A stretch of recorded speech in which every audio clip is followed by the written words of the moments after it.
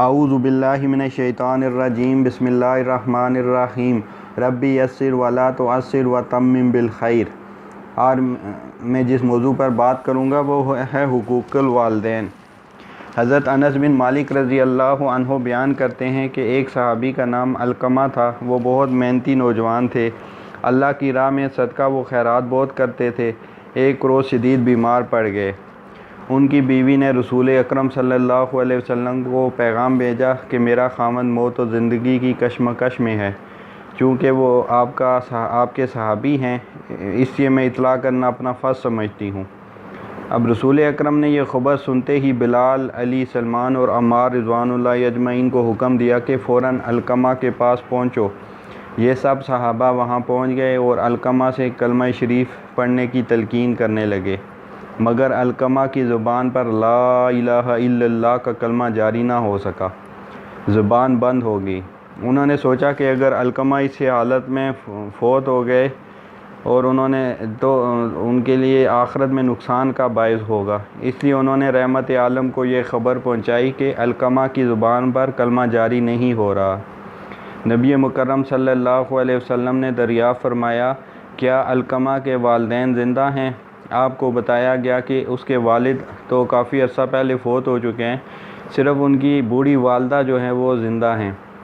آپ نے فرمایا، بلال جاؤ اس کی ماں کو میرا سلام کہو اور اس سے پوچھو کہ اگر آپ میں نبی تک پہنچنے کی سکت ہے تو وہ آپ کو بلا رہے ہیں۔ اگر آپ میں چلنے کی ہمت نہ ہو تو رسول اللہ صلی اللہ علیہ وسلم خود آپ تک پہنچ جاتے ہیں۔ یہ سن کر ان بوڑھی اماں نے کہا، میری جان نبی مکرم پر قربان ہو، میں انہیں کیوں زحمت دوں؟ بڑھیا نے اپنی لاٹھی اٹھائی اور لاٹھی کے سہارے رفتہ رفتہ چلی اور رسول اللہ کے پاس پہنچی، ادب سے سلام کیا۔ آپ نے سلام کا جواب دیا۔ بالآخر حضور صلی اللہ علیہ وسلم کے سامنے بیٹھ گئی۔ آپ نے فرمایا، بوڑھی اماں مجھے ایک بات سچ سچ بتائیں، جھوٹ بالکل نہ بولیں، ورنہ مجھے اللہ تعالیٰ وحی کے ذریعے بتا دے گا۔ آپ بتائیں کہ آپ کے بیٹے علقمہ کا کیا معاملہ ہے؟ کہنے لگی کہ میرا بیٹا بہت نمازیں پڑھتا ہے، بہت روزے رکھتا ہے، راہ خدا میں اتنا پیسہ خرچ کرتا ہے کہ جو پاس وہ سب دے دیتا ہے اور شمار بھی نہیں کرتا۔ پھر آپ نے پوچھا، اماں تیرا اور علقمہ کے آپس میں کیا معاملہ ہے؟ بڑھیا نے کہا، اے اللہ کے رسول، میرے بیٹے نے میرا بہت دل دکھایا ہے، مجھے اس پر بہت رنج ہے۔ آپ نے پوچھا، اماں تو کیوں اپنے بیٹے سے نالاں ہے؟ کہنے لگی، وہ ہمیشہ اپنی بیوی کی فرما برداری کرتا ہے اور میری نافرمانی کرتا ہے۔ رسول اللہ سمجھ گئے کہ علقمہ کی زبان پر کلمہ جاری نہ ہونے کا سبب یہی بڑھیا کی ناراضی ہے، تبھی تو کلمہ شہادت مرتے وقت اسے نصیب نہیں ہو رہا۔ پھر آپ نے بلال رضی اللہ تعالیٰ عنہ کو حکم دیا کہ جاؤ بہت ساری لکڑیاں جو اکٹھی کرو اور آگ کو جلاؤ تاکہ میں علقمہ کو آگ میں جلا دوں۔ اب بوڑھی جو ہے وہ ماں تھی، سنتے ہی گھبرا گئی۔ اے اللہ کے رسول، وہ میرا بیٹا ہے، میرے دل کا ٹکڑا ہے، کیا آپ اسے جلا کر خاکستر کر دیں گے؟ میری آنکھوں کے سامنے اسے جلانے سے میرا دل پھٹ نہ جائے گا؟ آپ نے فرمایا، اماں دوزخ کی آگ اور خدا کا عذاب تو اس سے کئی گنا زیادہ سخت ہوگا، وہ تو کیسے برداشت کرے گی؟ اگر تو چاہتی ہے کہ اللہ تیرے بیٹے کو بخش دے تو پھر اس سے راضی ہو جا۔ آپ نے فرمایا، مجھے اس ذات کی قسم ہے جس کے قبضہ قدرت میں میری جان ہے، جب تک تو اپنے بیٹے پر ناراض رہے گی تب تک اس کی نمازیں اور روزے کوئی نفع نہ دیں گے۔ بالآخر ماں کی ممتا نے سینے میں کروٹ لی، کپ کپاتے ہاتھوں کو آسمان کی طرف اٹھایا اور کہنے لگی، اے اللہ کے رسول، میں آسمانوں میں اللہ کو گواہ بناتی ہوں اور آپ کو گواہ بناتی ہوں کہ میں اپنے بیٹے علقمہ سے راضی ہو گئی۔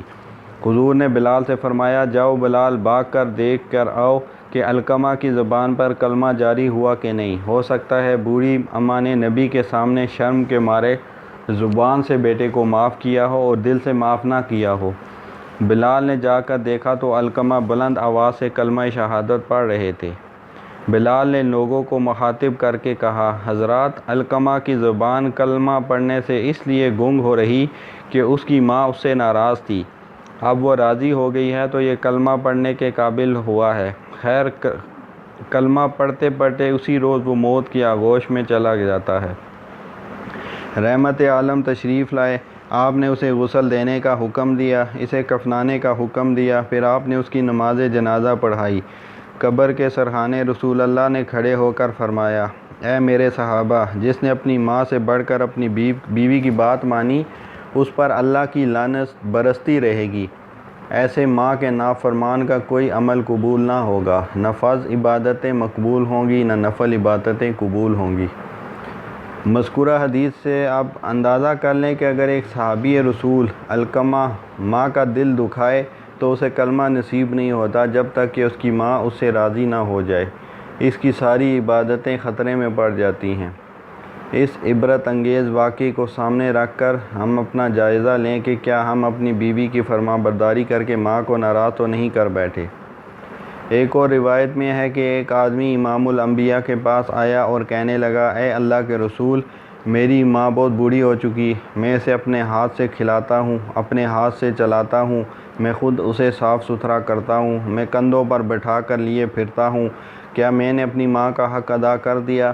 آپ نے فرمایا، نہیں، تو نے تو ابھی 1% حق بھی ادا نہیں کیا، ہاں تو نے اس کے ساتھ بھلائی کی ہے تو اللہ سے اس کا اجر پائے گا۔ اسلام کی عالی شان تعلیمات، اور دوسری طرف اگر آپ مغربی معاشرے میں دیکھیں کہ وہاں پہ والدین کو جو اولڈ ایج ہاؤسز ہوتے ہیں وہاں ان کے حوالے کر کے اپنی عیاشی اور اپنی زندگی میں مگن ہو جاتے ہیں، اور برے ماں باپ کے لیے سال میں صرف ایک بار رسماً جو ہے ان سے ملاقات کافی سمجھا جاتا ہے۔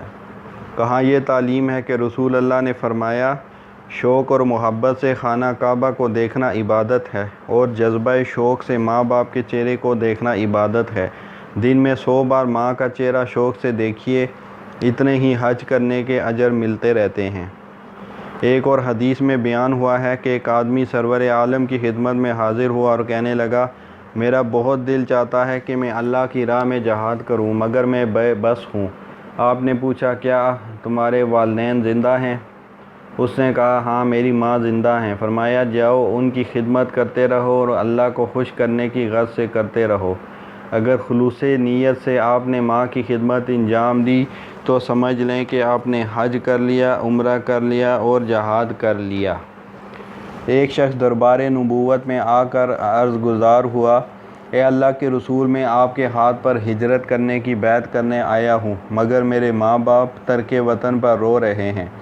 آپ نے فرمایا، پلٹ جاؤ، انہیں جیسے روتا ہوا چھوڑ آئے ہو ویسے ہی ہنساؤ اور خوش کرو۔ آپ نے فرمایا، جو تمنا کرتا ہے کہ اس کی عمر دراز ہو، اس کے رزق میں فراوانی ہو، تو اسے چاہیے کہ اپنے والدین کی خدمت کرے، ان سے حسن سلوک سے پیش آئے۔ آپ نے فرمایا، لوگوں کی عورتوں کو پاک دامن رہنے دو تو تمہاری عورتیں پاک دامن رہیں گی۔ تم اپنے والدین کی خدمت کرتے رہو تو تمہاری اولادیں تمہاری خدمت گزار ہوں گی۔ جو تمہارے پاس آ کر اعتراف قصور کر لے اور معذرت چاہے تو اس کی معذرت قبول کر لو، چاہے تمہیں خوشگوار لگے یا ناگوار۔ جو یہ کام نہیں کرے گا وہ روز محشر میرے حوض کوثر تک نہیں پہنچ سکے گا۔ حقوق والدین پر قرآن و حدیث میں بہت احکام موجود ہیں۔ اللہ کرے کہ ہم وہ سب کچھ کر سکیں جو ہمیں بتایا گیا ہے، پھر ہمارا معاشرہ دنیا میں ہی جنت بن جائے گا۔ وَمَا عَلَيْنَا إِلَّا